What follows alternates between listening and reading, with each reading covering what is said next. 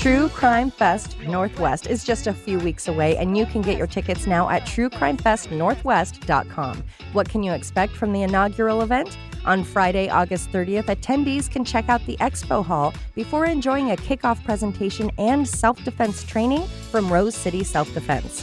On Saturday, you'll have another chance to get swag from your favorite podcasters and true crime creators in the expo hall. Presentations on Saturday include, but are not limited to, Desiree Young, who is Kyron Horman's mother, United Justice Group, which is family members of victims of accused serial killer Jesse Calhoun, our friends Sisters in Survival, aka Tiffany Edens and Danielle Tudor, the National Center for Victims of Crime, authors Lindsay Wade and Rebecca Morris, and some of your favorite podcasts like P&W Haunts and Homicides, A Hateful Homicide, Somewhere in the Pines, Snake River Killer, and of course, Murder in the Rain, among others. And those are just some of the scheduled appearances. Saturday night will also be the time for the VIP party. Sunday, the festivities continue with presentations, a drag bingo raffle fundraiser, and a VIP brunch. So get to truecrimefestnorthwest.com, use code RAIN10 for 10% off, and get your tickets today. And vendors, there's still time to sign up for a table. Visit truecrimefestnorthwest.com and get your tickets now.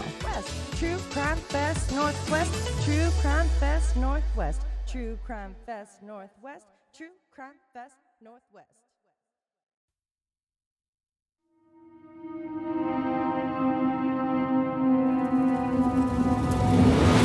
This is Murder in the Rain, where each week Emily Rowney, Alicia Holland, and Josh McCullough tell true crime stories of the Pacific Northwest. Murder in the Rain contains graphic content.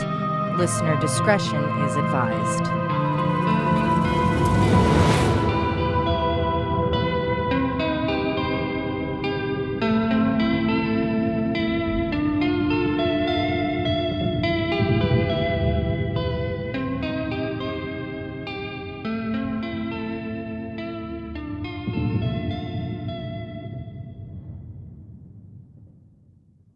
As Rob Thomas iconically said in the classic Summer Jam Smooth, man, it's a hot one.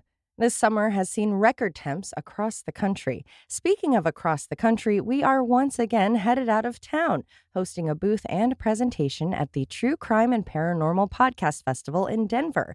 It starts this Friday, July 12th, and you can still get tickets at truecrimepodcastfestival.com. Since we're out and about, we're sharing one of my favorite Patreon episodes, 9 Strangers. Not only is it a fascinating mystery surrounding the deaths of 2 mountain climbers in South America, but we hope it will chill you out with talks of elevation, snow, and freezing temperatures. So what happens when 9 strangers set out from across the U.S. after a Portland-based climbing group puts together the climb of a lifetime? Elevation sickness, frustration, and eventually suspicious deaths. Along with most of the U.S. in the last couple of weeks, Josh and I were not so much iced in, but frozen in for the weekend. To embrace the negative 12-degree wind chill and 52-mile-per-hour gusts of wind, we chose some seasonal favorites to watch. We started the new season of True Detective, set in the fictional yet freezing town of Ennis, Alaska. We also watched some of Season 5 of Fargo and Josh's fave, The Thing. We then breezed through the 2.5-hour retelling of the Uruguayan rugby team whose plane crashed in the Andes and was first on the big screen in one of Emily's faves, the 1993 film Alive. Oh, yeah. And I can't wait to watch the new remake. I don't know how you haven't. I would watch it every day. I almost did the other night, but I was so tired I didn't want to do 2 sittings. That's fair. Maybe today is the day. Oh, I hope so. The new version, called Society of the Snow, is on Netflix now and is incredible. Josh and I highly recommend it. That's true. Alive is one of my favorite movies, and this is a better version of that. Agreed. I love that we have all the same favorite movies. Like, I can predict if Josh is going to like something. I was so excited when Alive was coming out. I think I told Alicia about it. I remember seeing the trailer for the first time, and it's John Malkovich playing one of the survivors talking about that. He does the recap. He's like the main narrator. Yeah. Oh, God. I watched it every time it played on TV. Yeah. I mean, I never got sick. There was one weekend it played like 3 times and I watched it. I think that's where a lot of my Ethan Hawke love comes from. Oh, yeah. He's my favorite. And isn't like Bon Jovi in it or something? There's a guy that looks like Bon Jovi. Like him. Yeah, and I always thought it was Bon Jovi. Mm-hmm. Oh, I love that movie. Keeping with that theme, I wanted to write a bonus episode with a wintry tone. That's when I remembered a friend, hey Carrie, thanks for the recommendation, who mentioned an article while we chatted at a holiday party back in September. I found the article and decided between the mystery, Oregon connection, and still unanswered questions regarding 2 deaths that this was the story to tell. Thanks to climate change, Mother Nature is revealing her once darkest secrets. Personal items and even bodies are no longer tucked away due to melting glaciers and receding waters, something I talked about at length in my Lake Mead episode. One such item that recently came to the surface was a camera that had been packed in ice and snow for 50 years on a mountain in South America. A camera that many had hoped would answer questions to a mystery long left unsolved. The film inside didn't reveal anything spectacular, so the mystery and legends remain. Before getting into the story, I need to give some appreciation to John Branch at the New York Times. No, this is not an endorsement for the New York Times as a whole, but just for John's article. I don't often focus on one main source, but John conducted so many interviews, he went through all of the documentation, and even went to Argentina several times to create an incredibly comprehensive article about this story. I did use other sources for the little details, but I cannot recommend his article, Ghosts on the Glacier, enough. There are beautiful photos, videos, interviews, and diagrams of the mountain in question, so be sure to check that out. Since first being traversed by an expedition in 1934 by a group from Poland, the Polish Glacier, part of the Aconcagua Mountain, has claimed 153 lives. Of those, 2 deaths remain the most talked and debated about. Mountain climbing as a sport began in the mid-1800s. After gaining popularity in Europe, the U.S. hopped on the trend and soon alpine clubs formed. In Oregon in 1894, the Mazamas became the 3rd such club in the state and is still functioning today. The goals of the group are to explore snow-capped peaks and mountains, collect scientific knowledge about the environment, preserve the natural beauty of the forests and mountains, and to share the knowledge they gain throughout the Pacific Northwest. The hope is to inspire everyone to love and protect the mountains. You can learn all about the group or even join it at mazamas.org. That's mazamas.org. It was through this club a fateful trip was planned. The group of 8 climbers and 2 guides that would find themselves at the base of the Aconcagua consisted of 38-year-old Miguel Alfonso, the local guide, 25-year-old Roberto Bustos, the manager of the base camp, Carmi Defoe, 52, a lawyer and leader of the Mazamas group, Jim Petrosky, 39, a psychiatrist from Portland, Bill Eubank, 45, a physician from Kansas City, Arnold McMillan, 46, a dairy farmer out of Otis, Oregon, Bill Zeller, 45, an Oregon State police officer from Salem, John Shelton, 25, a student at BYU, John Cooper, a 35-year-old surface operations engineer working in mission control for NASA, and Janet Johnson, 36, a librarian from Denver who had a PhD in education. Before I get to their story, we need to first discuss the mountain. Aconcagua is one of the 7 summits. The 7 summits represent the highest peak on each continent. In order from lowest to highest peak, there is Kosciuszko in Australia, Mount Blanc in Europe, Vinison in Antarctica, Kilimanjaro in Africa, Denali in North America, Aconcagua in South America, and Everest in Asia, making Aconcagua the 2nd highest and the highest in the Americas. Note, there are varying lists on the mountains and even lists of 8 or 9 depending on where one counts invisible borders. So there are a few other incredibly high peaks, but for this story, we're staying with the 7 for a reason, which we'll get to. Many climbers are fans of Aconcagua because on the north side, it's considered an easy climb, a term many misconstrue to mean you don't need any experience, and they end up meeting their demise. Although the north side, with far less snow, no glacier, and an easier route, doesn't require climbing equipment to summit the peak, it still claims lives, including 5 climbers in January of 2009. The mountain itself is located in Argentina, about halfway between the Argentinian city of Mendoza and Santiago, Chile. Or, for those of you here in the Northwest, it is 10,174 kilometers or 6,321 miles from Portland. Though the north side presents fewer problems, more experienced climbers prefer to take the Polish route. A memo sent out from the Mazamas group in the early 70s regarding the climb of the Polish route said, Difficulties are said to be moderate, a couple of places where we'll want hand lines, not any more difficult than the normal route on Mount McKinley, which also goes by Denali. McKinley being the summit in Alaska that was featured on the list of 7. And now the climbers. That memo was sent out to those who were signed up to receive the newsletter as members of the climbing group. They were also invited to join on an expedition in South America with a deposit of $50. By June, the list of those interested was compiled and the team was assembled. Jim, the psych from Portland, would be the deputy leader of the group. Bill, the doctor, would be the doctor. John, the college student, was not only a geologist, but he spoke Spanish thanks to his recent mission. Though there were some nerves about the heft of the mission and the lack of experience between the climbers, they proceeded. They didn't know this was going to be much more exerting than their usual weekend outings. 2 months before the climb was set to take place, an 8th and final member joined the team, librarian and educator Janet. She would be the only female in the group. Of course, this did not mean that she had any less experience than the boys in the club. Janet had been adopted, and when she was 10 years old, she asked her parents if she could have a sister, so they adopted 5-year-old Judy. Judy was interviewed for the article where she spoke about how intelligent Janet was and that if she had been able to, she would have spent every moment on a mountain. There was a peace she found in the isolation. It's believed her peace-seeking was also part defiance. Defiance toward her mother, who had not so much disowned her for being gay, but definitely took issue with it. When she discovered letters between Janet and another young woman, Janet was sent to a hospital so she could be cured. So perhaps that defiance was what helped Janet break records and reach literally new peaks. At 30 years old, she was one of the first 20 women to climb the 14ers. What are the 14ers? Why, that's the more than 50 peaks in Colorado that are higher than 14,000 feet in elevation. So, just some casual climbing. She had been on climbs in Peru. She had checked Kilimanjaro off the list. She climbed Iztaccíhuatl in Mexico City, a mountain over 17,000 feet, and she had already touched the top of Mount Fuji, Mount Blanc, and the Matterhorn. The number of peaks she summited is unknown and perhaps even uncountable.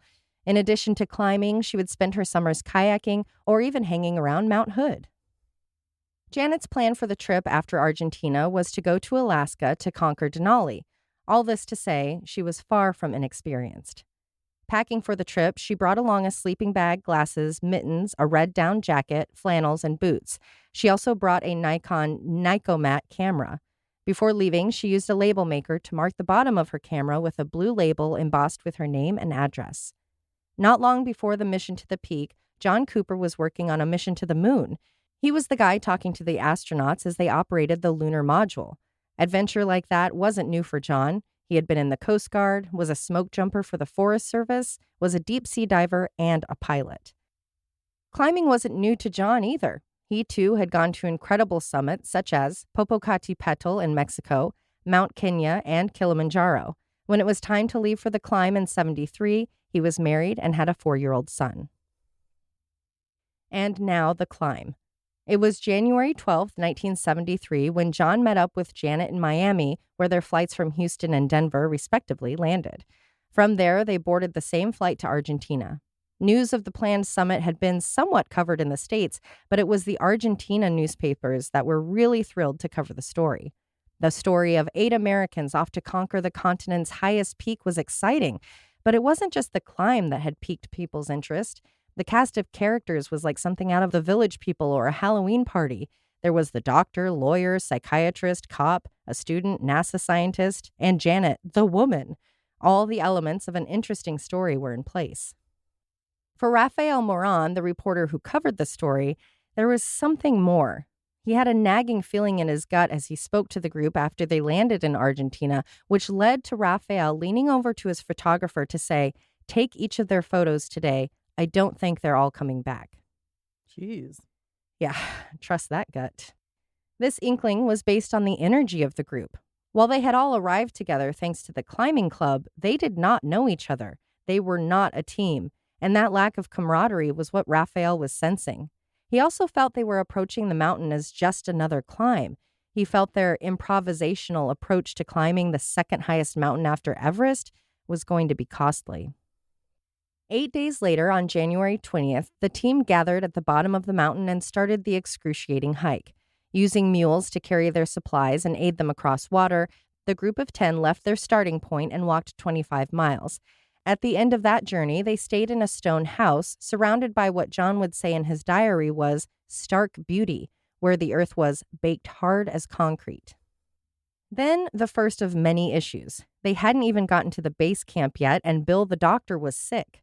At the end of the following day's hike, yes, it took them 2 days just to get to the base camp, they were finally there, which sat in a valley at the base of the mountain.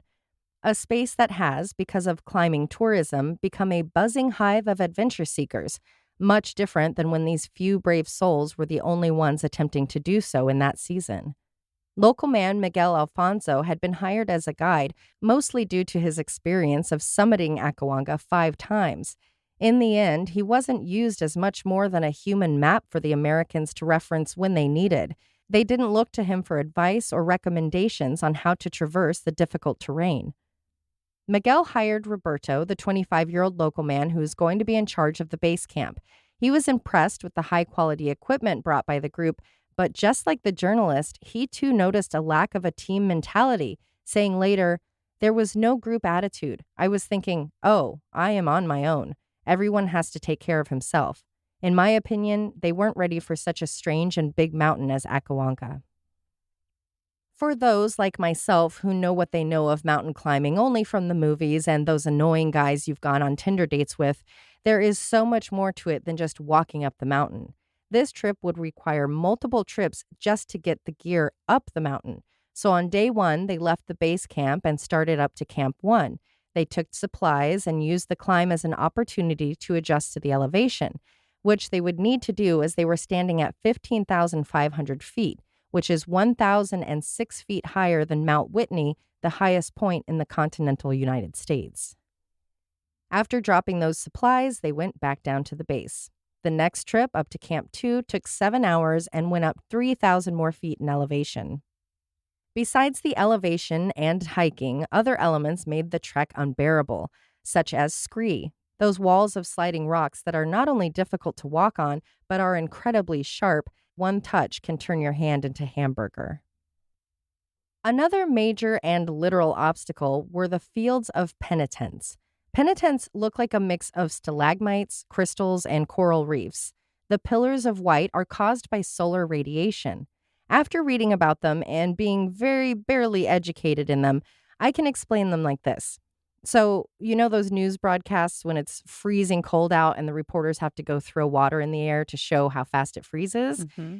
It's kind of that idea. So basically the sun is hitting these piles of snow and ice, and as it's evaporating, it starts to freeze at the same time. Literally frozen in time, the process of evaporation. The towers appear to grow out of the earth, trying to reach the sun. Some are spread apart, and some are in condensed groupings. And even though they're just snow and ice, they are immovable and sharp. They can be as short as a couple of centimeters or as tall as 16 feet. The team was dealing with tight groups of pillars that were standing 6 feet tall. These were some of the hardest areas for them to get through because they don't move. You can't break them. There's no movement to them. They might as well be stone. Fun fact related to NASA, it's believed Jupiter's moon Europa is home to penitents nearly 50 feet tall, and Pluto might be home to some that are hundreds of feet tall. During these first few days, Bill the cop was the hero, not only making water runs, but carrying 80 pounds of gear to the first camp, which was far more than his own share. According to John the scientist, who kept a detailed diary of the trip, it was Janet who was not only lacking in the helping department, but she struggled socially. Before leaving, John said Janet had, quote, nothing feminine about her. As an example of her perceived extreme behavior, John wrote about when they were still at the hotel before leaving for the mountain, and he clutched his pearls as Janet went swimming, only in her shirt, bra, and panties, and, quote, the pool was full of people. On this day of the climb, he said about Janet, she is a real loner and appears to be for only one thing, to get herself to the summit, at the expense of everyone or on everyone's back. So is this because she was actually self-centered, or was it because it was the early 70s and having a woman on the expedition maybe was unusual and made the men feel uncomfortable? Was it because she was gay? Were they misreading her need to stay separate for perhaps her own safety? Which I think almost any woman traveling with a group of 8 strangers would probably keep herself a little separate. So there's no telling, but I certainly take his entries with a grain of salt because that's just his perception. Before getting too far into the trip, one of the youngest members, 25-year-old college student and the trip's interpreter, John Shelton, was a victim of altitude sickness. He was the first, but would not be the last member of the team to have to go back before reaching the peak. The next day, Bill, the sick doctor, and team leader Carmi also had to turn back. Getting adjusted to the elements, the remaining climbers went to Camp 3. This was at the base of what was known as the Polish Glacier. They were now at 19,400 feet. They were appreciative of a day off from climbing the next day, but they did have to sit through a storm to get it. Camp 3 was the last stopping point before the summit at 22,831 feet. From where they were, at the bottom of the glacier, they found ideal conditions for their gear and a climb. They expected that it would take at least the following day to get up there, but they weren't expecting it to be too arduous. As the team, probably nervously and excitedly, wrapped up their breakfast and prepared to summit the mountain, Jim, the psychologist from Portland, struggled to get his crampon on his shoes. Crampons are those little metal attachments you put on your climbing shoes. Oh, I thought you meant get his cramp on. Like having cramps? I'm climbing and I got a leg cramp. Oh, or a lady. I'm getting my cramps on. I have those right now. Oh, I'm sorry. So crampons resemble cleats, kind of, and they're meant to help with grip and traction, especially in ice. Everyone stopped to monitor him, and they realized that he was possibly dealing with high-altitude cerebral edema. Oh, no. It's a type of mountain sickness that is brought on by leaking capillaries in the brain. This can lead to deadly brain swelling. Because of this, Alfonso had to take Jim back to the base. This left NASA John, librarian Janet, Officer Bill, and Oregon dairy farmer Arnold alone on the mountain without their local guide, team leader, second in command, translator, or doctor. Hey, everybody, I think we should go back to our lives. This is not happening. Everyone's saying this isn't working. What were we just watching where it we was watched Below Deck last Oh, night. yes. Jealous. I was like, you know what? We don't have any garbage shows right now. Let's throw on a Below Deck. And it's the newest Below Deck Mediterranean that just ended. Yeah. And it starts off with the guy, and it's like his best friend dies. He didn't have his documents. And then Sandy is like, I think you committed fraud on your documents. Oh my and the God, whole time it's so good. It's so juicy. And the whole time we're just like, dude, go home. Like, how did you think you were going to get away with that? Well, because he's probably worked on junky boats. He was like, I loved that he didn't fight back. He was just like, I've been on boats for 3 years with that documentation. It's like, yeah, you've been on shady shit. You tried to get on television. A TV show with a 100,000 ton boat. Which makes me think it was fake because it would have been vetted. Like, they're like, oh, this sounds juicy. I don't know that they probably did a background check, but it's not their job to do that kind of check. That's the yacht. Well, it should be. So I think they knew and they're like, oh, baby, this is going to be juicy. So at this point, this was the highest elevation any of the remaining climbers had ever been. Wanting to get to the top and not deal with additional weight, the final 4 left their supplies at Camp 3.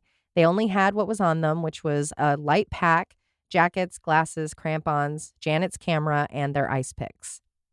So this group tried their damnedest, but it seemed with each step they took, the glacier that stood before them only grew taller and further away. They called it a day at 21,000 feet. Without their sleeping bags or tents, the team had to use their axes to make an ice cave to sleep in. Before dawn, Janet and Bill would be fed up with the crowdedness of the cave and chose to instead stick it out in the elements. One of those elements was wind. It was blowing snow around, and that morning, Janet saw that John's legs had been buried in powder. Oh. This was the last straw for the man who had already been ready to go home 3 camps ago. He was a skilled climber, so when he made it clear that he would be making the 2-hour hike back to Camp 3 alone, the 3 remaining were like, okay, bye. They were too close to the summit to worry about walking this guy they just met all the way back to camp. Besides, he was just cold and miserable. He hadn't shown any signs of cognitive or physical issues. He was going to be fine. That day, the team of 3 were able to make it to the final ridge, the last piece of mountain separating them from the actual summit. At this point, there wasn't much that was going to stop these men from reaching the top. Even with snow that was so deep, it was up to their waist, so they had to alternate taking turns, taking 25 steps to try to create a path. Wow. The difficulty and impending darkness would not stop them. Bill and Arnold were so focused on completing the task at hand that they hadn't realized Janet was not with them. Calling out, they had no luck. Walking down toward where she had been, they found her ice axe. Continuing to call, they heard a voice. According to reports later given to authorities, Arnold said he heard, "My name's Janet Johnson." Following the voice, they quickly found Janet as she was only 100 or so feet off the trail. Approaching her, Arnold claimed she said, "Don't make me suffer, just let me lay here and die." At that point, Bill tied himself to Janet, stood her up, and walked her by her arm. It was already getting dark, and by then the men had lost their trail in the search for her. Maybe he was fed up with Janet, maybe he was fed up with everything, but Arnold then went further down the mountain where he could sleep alone. As the sun illuminated their dire situation, it was clear Janet was in real trouble. Her hands were showing signs of frostbite. Arnold rejoined the group, and the two men used their ropes and tools to create a human raft to carry Janet down the mountain. They were making progress, getting to their previously used snow cave by 7 a.m. Inside were a few supplies. Most important was a flare gun, which was fired, but it was of no use in the isolation of the Andes. Perhaps the decreasing elevation was helping Janet because she appeared to be doing better. Able to walk with only Bill, Arnold decided it would be faster if he went on his own to try to get help. Bill agreed, and Arnold was on his way. At one point, he took the express route. Falling on the glacier, he lost his axe and got a black eye, which is pretty amazing that that's all that happened after sliding 1,000 feet down a mountain face first. As he got further down, he realized help was already on the way. He could hear his name being called. He saw military personnel. Sadly, he also saw dead mules and a dead soldier. But why would there be a dead soldier in the snow on this random mountain? As Bill carried Janet, he saw things as well, like construction vehicles working on the mountain. He strained to listen as he believed he could hear rescuers calling out for them. That pair also fell down the mountain a bit. They were okay, but broke their glasses and had some slight abrasions on their faces. Looking up after the fall, Bill could see the tents of the camp. They were getting close. But they were also now separated. The fall had untied Bill and Janet from each other. Somehow, he found the strength to not only get up, but to start walking back up the mountain in an effort to locate Janet. He found her, and she was all right. She needed a moment to catch her breath, but she said she'd be ready to continue going downhill. Bill then saw the same figure Arnold had taken as a dead soldier. It wasn't a soldier. It was John from NASA. He never made it back to Camp 3. From best Bill could tell, as a police officer who probably had some experience with death, it appeared John died from either hypothermia, exhaustion, or a combination of both. There were no apparent injuries that would have implied a fall or foul play. Because Janet was doing all right, she was okay with Bill going ahead of her to get to Camp 3, where he could get a tent set up. This stretch was expected to take a couple of hours to complete. When Bill arrived at Camp 3, it was only a few hours after Arnold had gotten there. Worn out, they set up their camp and went to sleep. It wasn't until the following morning they realized that Janet never showed.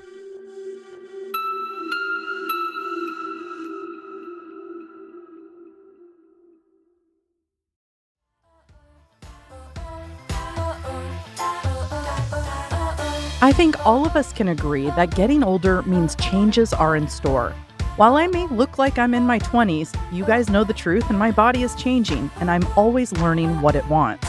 Whether you're in your early 20s and experiencing changes in your menstrual cycle, or your age is a little bit higher and you're nearing perimenopause or menopause, we should be talking about it. There shouldn't be any shame in looking for ways to support our body through changes and help ourselves through difficult times. Happy Mammoth, the company that created Hormone Harmony, is dedicated to making women's lives easier, and that means using only science-backed ingredients that have been proven to work for women. They make no compromise when it comes to quality, and it shows. Hormone Harmony isn't just for menopause. Any woman with symptoms of hormonal imbalances can take it. It's perfect for symptoms that put a woman's life on hold.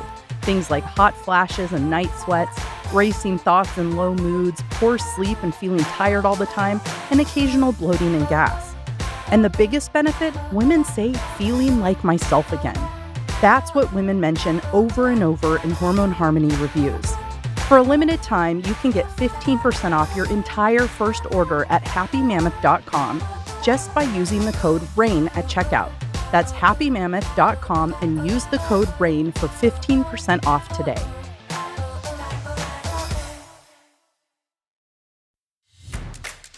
As I've gotten older, it's become more and more important to me that I support my immune system and digestion. I'm always looking for a supplement that's not only good for my body, but tastes good too. That's where Equilibria Daily Nutri-Greens comes in. Equilibria is a woman-owned wellness brand with unique science-backed products that help bring your mind and body back into harmony. Daily Nutri-Greens contain an immune antioxidant and detox blend, along with prebiotics, probiotics, and over 35 fruits and vegetables. These greens are great because they're the quickest way to fill in your daily nutritional gaps, and it tastes good. Equilibria makes it easy to meet your nutritional goals. You can subscribe so you don't have to worry about running out, and you get 25% off each month. Head to myeq.com and use code RAIN for 15% off Equilibria's Daily Nutri-Greens and much more.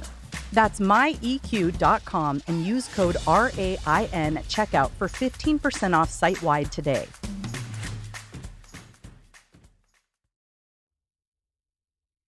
By then, the two men were not only exhausted, but they had been suffering from hallucinations and other side effects of elevation sickness. They didn't want to get lost, even more sick, or injured, so they headed down the mountain. Everyone who had already turned back ran up to meet them and was shocked to see only 2 of the 4 mountaineers return. The men told the group, "Janet and John are dead."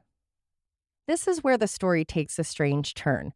On the surface, and even without mountain climbing experience, you could say, well, John was under snow and was probably hypothermic, so as he went down the mountain, he simply succumbed to his symptoms. As for Janet, she had fallen, been in the snow, and appeared to be suffering from a multitude of issues. She, too, may have been hallucinating and taken a wrong step into a crevasse or simply wound up in the snow, another victim of hypothermia. Because of the distance and language barriers, the story of the 8 Americans who went to Argentina to climb a mountain and only 6 were returning quickly swirled and brewed into tales of misinformation, confusion, and myths. Even though his body had been located, John was, in his hometown paper, reported to have fallen into a deep crevasse during a blinding snowstorm. The U.S. Embassy of Buenos Aires even had to get involved, releasing the statement, "Deaths did not occur as a result of a fall as reported by United Press International and Associated Press, or as the result of an avalanche as reported by Reuters." The stories were so confusing and unlike anything seen with normal climbing deaths, not to mention being a story of Americans who had already been celebrated in the news, and then a homicide investigation was opened. Whatever newspaper or agency or country, everyone seemed to agree that all of the details needed to be sorted out before coming to any kind of conclusion. The remaining climbers were all interviewed as part of the investigation. It was clear they were still shaken by everything they had gone through. It was also difficult, because of the altitude sickness, to decipher what had really been seen or heard by the climbers and what had just been a hallucination. It doesn't look good to a homicide investigator to not be able to tell a straight story. Adding to the bad optics, Carmi Defoe, the leader of the group, was also a lawyer, and all he cared about was keeping the press from questioning the climbers as they prepared to leave the country. So imagine if a group of people from Argentina had come to the States, climbed a mountain, 2 of them died, and then they did not speak publicly because of their lawyer. I think that would have a lot of people concerned about what actually happened. Back here in Portland, there was an emergency and secret meeting of some of the members of the Mazamas Club. How secret was it? Well, in all caps, part of the memo read, "None but the above named shall be allowed to attend." The location was to be kept secret. Repeat, secret. On February 15th, those invited met at Carmi's office. It was the leaders of the club and the remaining climbers. They were going to get one concise, clear account of the climb and all of the events that took place. In the end, they decided both Janet and John probably died of pulmonary edema, a condition that can be caused by high elevations that leads to fluid filling the lungs. Without their bodies, funerals were held for both John and Janet in March and April. Janet's family didn't ask for her body to be returned if it had been found. They knew that should something happen, she had wanted to be buried in the Trailhead Cemetery.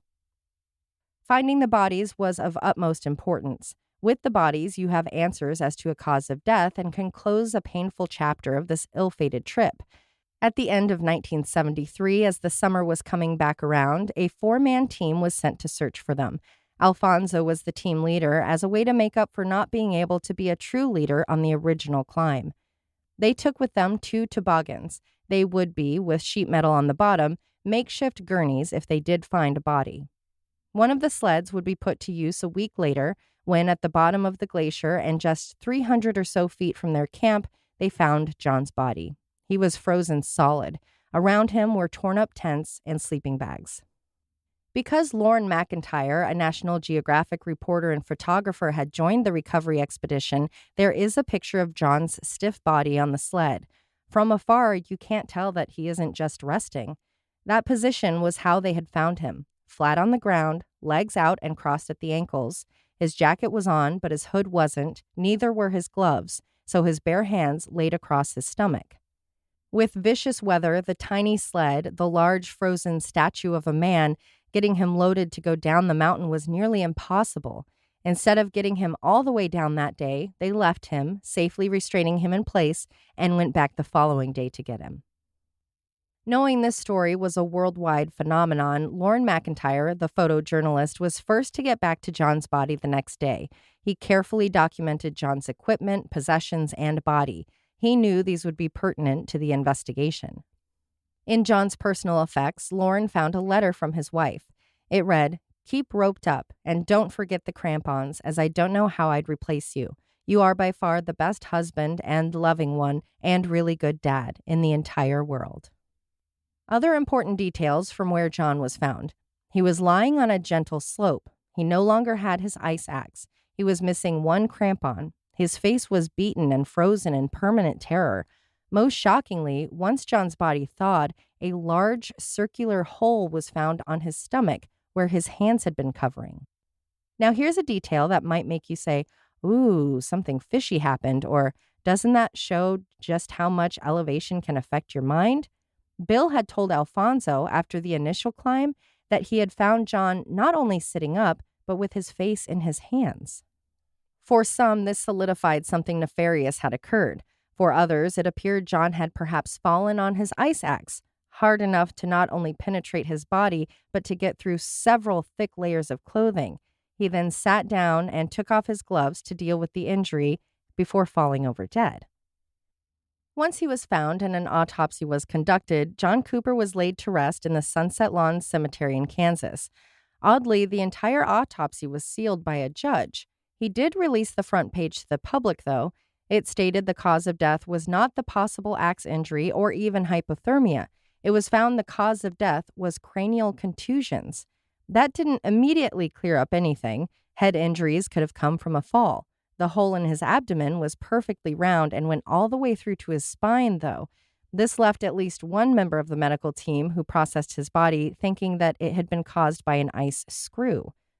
It wouldn't be until February 1975 that Janet's body would be found. 17-year-old Alberto Colombero, along with his father and another friend, were out climbing the mountain, a mountain that they had traveled many times. Wanting to escape an oncoming storm, also ditching getting to the summit, the group decided to go down the Polish route. They didn't need to talk about it. The local legend had Janet's body at the forefront of their minds. Amazingly, as they descended, Alberto spotted something red. He wasn't sure what to make of it at first, but they weren't going to let snow or those pesky penitents keep them from investigating. Attempting to dig out the tattered tent or backpack they thought it might have been, they soon revealed the face of Janet Johnson. She was blackened from frostbite, possible sun exposure, and whatever mummification could have taken place in those cold conditions. Unlike John, they saw the physical damage to Janet's face immediately. She had bloodstains on her face and coat. Bone was jutting out from her forehead, chin, and nose. Her chin skin hung off of her face. She had ropes around her, which made sense given how she and Bill were coming down the mountain.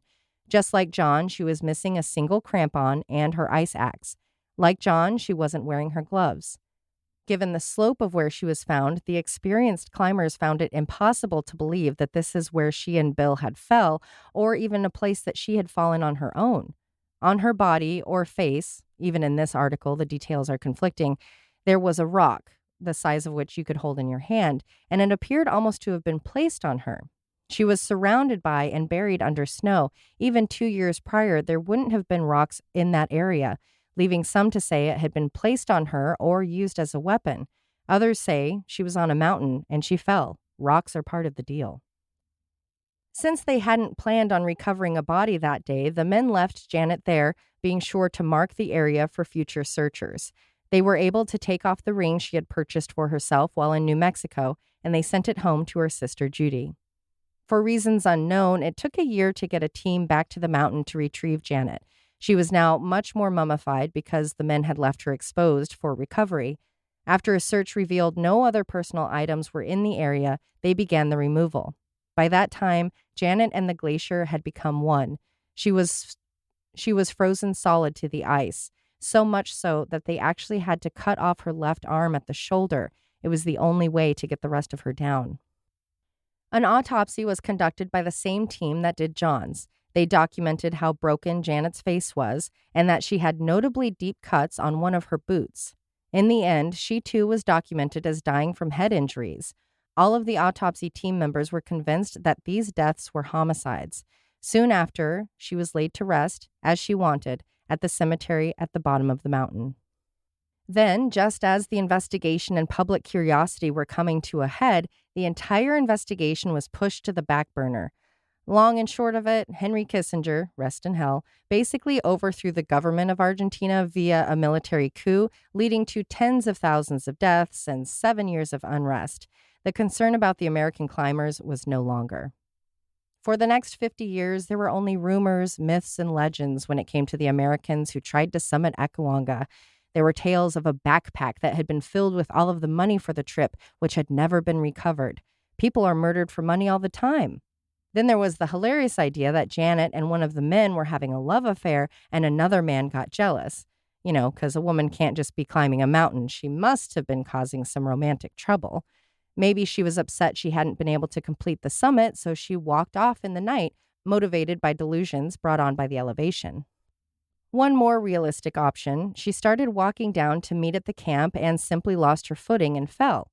But experts from morticians to climbers all agree that the injuries she sustained just are not consistent with a fall. As Raphael Moran, the original reporter of the story, says, if you looked at this as a storyteller, you could easily say these were murders or these were accidents. But for him, looking at journalistic standards, it's simply impossible to come to any conclusion. Carmi Defoe died in 1975 in a car crash. Bill died in 2003 and Arnold in 2011. John Shelton, as the only living survivor of the climbing team, spoke to the New York Times before passing last November. He said it's all nonsense. Accidents happen on mountains. The end. There's nothing more to it, and the only thing adding to it is curiosity and stories. He has seen too many falsehoods reported to be concerned with it being anything more than that. One of the biggest comes from a climbing expert who has seen many falls. When they happen, it is not just the person who's torn up. It's their clothes, equipment, their bones. They are battered. Why is it that these two would only have trauma to their faces and a hole in the abdomen? The reason there is renewed interest in this story is because of a discovery made in February 2020. Because of climate change, the glacier on the Polish route is shrinking. So as the sun shined and two guides prepared for a climb, something caught their eye. It was an old Nikon camera with a leather strap and a broken lens. Pulling it from the snow and turning it over, they saw the labels on the bottom that had Janet's name and address. There were hopes, but people were realistic. You know, could the film possibly be developed after 50 years sitting inside a glacier? And even if the film could be developed, would there be photos that showed anything that would close this chapter? Incredibly, amazingly, unbelievably, the film was developed. That's crazy. Yeah. I get worried about something being out in the yard for a day.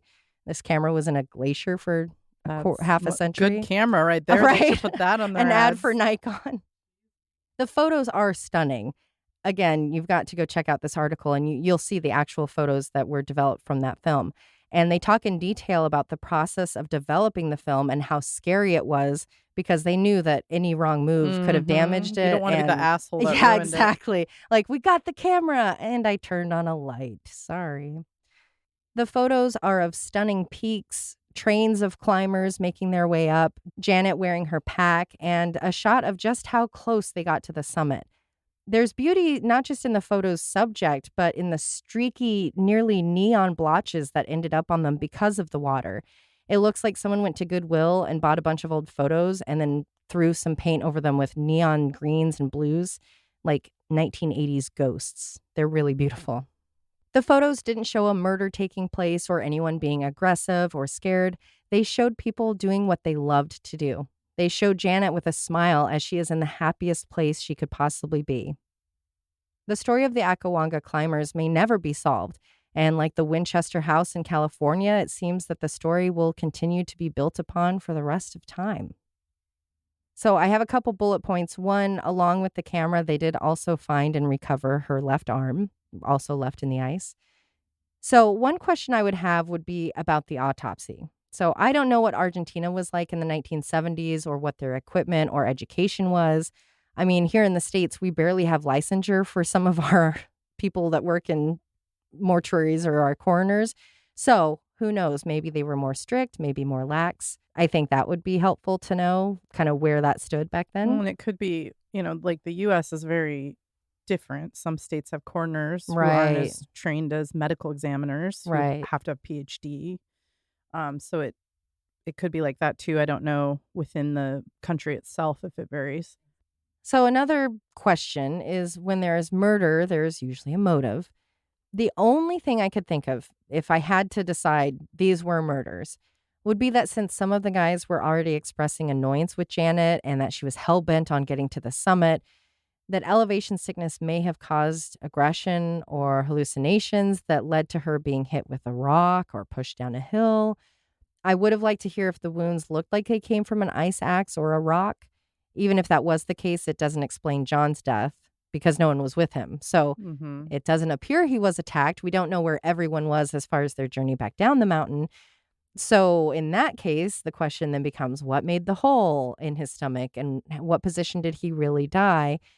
And just like with Janet, why was his face battered, but the rest of him wasn't? Right. Was there like a fight and somebody died on accident and the other was technically murdered? Like, yeah, there's so many things that could have happened.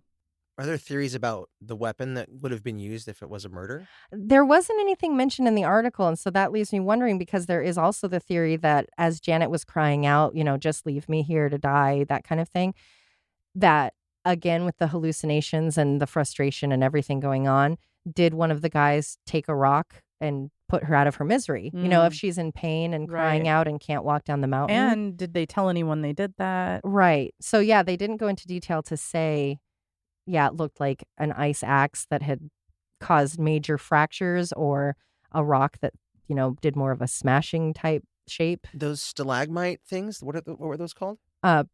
Penitents. How pointy are those at the top? Or is that like stabby? Could you fall on could one? it be one of those or a rock that was sharp? Icicle murders? The weapon disappears. Oh, that's a really good theory. Like if there was a shorter one and he slipped and fell. Yeah, that's actually a great theory. I don't know if there were any in that exact area. Based on what they were described as, I don't think that that's an impossible idea. You could also fall on your ice axe if you had it out. Now, that's the other thing they said about him, but his ice axe was found like totally separate. So that was also strange. And then the other thing is Arnold fell and he slid 1,000 feet down the mountain. Wow. And he stood up and was fine. He had a black eye. Mm-hmm. So if they're all in that same area and they fell in the same place, why would it just be your face and head were bashed? The side of a mountain varies a few feet for from sure. each other. But and I think the thing that keeps me questioning is their condition. Because it's true. You hear, like, if someone's going to fall so hard that their head is seriously damaged and fractured, how is your shirt or your jacket not ripped up? So yeah, I was so sucked into that article. It was a fascinating read. And there are just so many elements. And again, Josh, you were saying sometimes these people that challenge themselves to things like this, they don't think about those other aspects. So they didn't worry about, oh, why don't we at least spend some time together so we build some camaraderie, or, is everyone up to skill to be able to do this, instead of, oh yeah, hey, you guys want to do this? We got it. Cool. Yeah, a group of hot shots is not going to be super successful, I think, if everyone's trying to, out hot shot. You can't out hot shot a hot shot. That's right. It was very fascinating. I'm so glad I got to share it with you guys. It was so interesting to have, 3 people from Oregon, 4 people from Portland area that were part of this. And they were interviewed a bunch. Their stories kind of changed. But again, you can say, yeah, elevation sickness. They thought they saw construction equipment and animals and armies. So I think I might have read the article. So there was a phase not too long ago where I was obsessed with mountain bodies. And I read a shit ton of articles about all the mountains where there are bodies remaining on them. So I think I may have come across this because I know the story. It'd be cool if there'd be some way to get an answer. I don't know what that could even possibly be because everyone has passed away and no more cameras left on the side of the mountain. Exactly. Yeah. Elevation sickness, which sounds terrifying, by the way. No, I'm not being a little silly Billy about this, but what about, were there any theories Yetis? Cryptozoologically? Yeah. Were there any Yetis or anything like that was? I didn't see anything mentioned. I would have to guess because you can have literally anything happen and someone will say it was Bigfoot. It was Bigfoot. Yeah. My car was stolen. Have you looked into Bigfoot? So I would not be surprised if there were not rampant speculations in that regard. What was the mountain range? Is this the Andes? Mm-hmm. Another good story in the Andes. Yep. Yeah, the Andes, man. They'll get you. And what a great candy. Andes Mint. I want one now. We always got one at my favorite Mexican restaurant as a kid. They brought the bill. Oh, boy, I couldn't wait for that bill because you know why? Everyone got an Andes Mint. That same at Olive Garden, and I always eat them all. Oh, so good. Until Chloe came along and ruined things.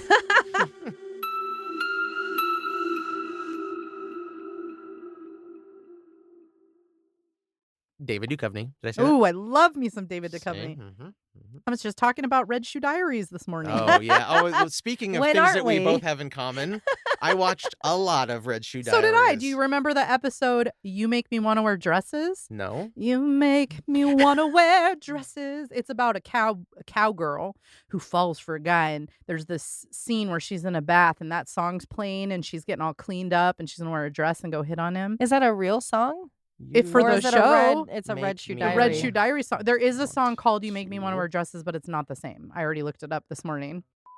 Because she never watched that show with me, but she heard me talk about it so frequently that she knows how the song goes. Are you still on TikTok Live? No. Oh, I was going to say. It's Patreon time. I'm absolutely off TikTok Live. If you could ask people for a good source of Red Shoe Diaries. May I go on, or Yeah, do you I have more guess. to say about Alive and or Red Shoe Diaries? No. Okay. It's okay if you do. Wait, Maybe I have there'll be a something to say. crossover episode. Ooh. I'm so cold. Come keep me warm. Wait, I think there was a sex scene in that, wasn't there? In Alive? Or a romantic scene? Hmm. I don't remember. There- There's can a be lot of horny. cuddling because of the cold. Oh, that could be. I'm confusing cuddling. She's like, wow, they are intimate. Yeah, like 3-man sleeping bag action. Ooh, that's what I'm there talking was about. a wife and husband on there, but they didn't. She was dying, so they weren't Yeah. touching She was and then did. and got eaten. I'd try it. I'd be like, let's keep me warm, baby. Let's jumble our bodies around a little. But Oh. you don't want to lose your calories, Yeah. man. You don't want to Oh, work that's those true. off. Well, I'm no expert. I didn't watch Alive 100 times. Yeah, I did. The Polish glacier. Nice mazamas. Thank you. 45, a musician. Ooh, I've always wanted to hear someone play the fuse. They just take them out of a car and they're like, tink, tink, tink, tink, tink, tink, tink, tink, Nickelodeon. tink, tink. Right? That's what you just did. This was at the base of what is known as the Polish glacier. You got a lot of hard words today. Oh, I know. Rural juror. Reuters, like Reuters. Reuters. Like Reuters. like I have Reuters. hemorrhoids. I'm a Reuter. Wanting to escape an oncoming storm.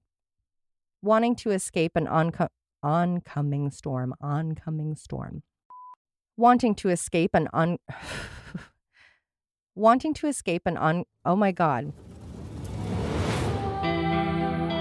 Murder in the Rain is a Cascade Media production, written, hosted, and edited by Josh McCullough, Emily Rowney, and Alicia Holland. Feel free to email us at murderintherain@gmail.com or through our website, murderintherain.com. For as little as $1 a month, you can subscribe on Patreon to get exclusive access to ad-free and older episodes. For only $5, you can access Patreon-exclusive episodes and content. For more of us, be sure to follow on all the socials, listen to Josh and Alicia on their other show, Always Be My Sisters, and follow Emily on TikTok at @M_Murder in the Rain. And suck my balls.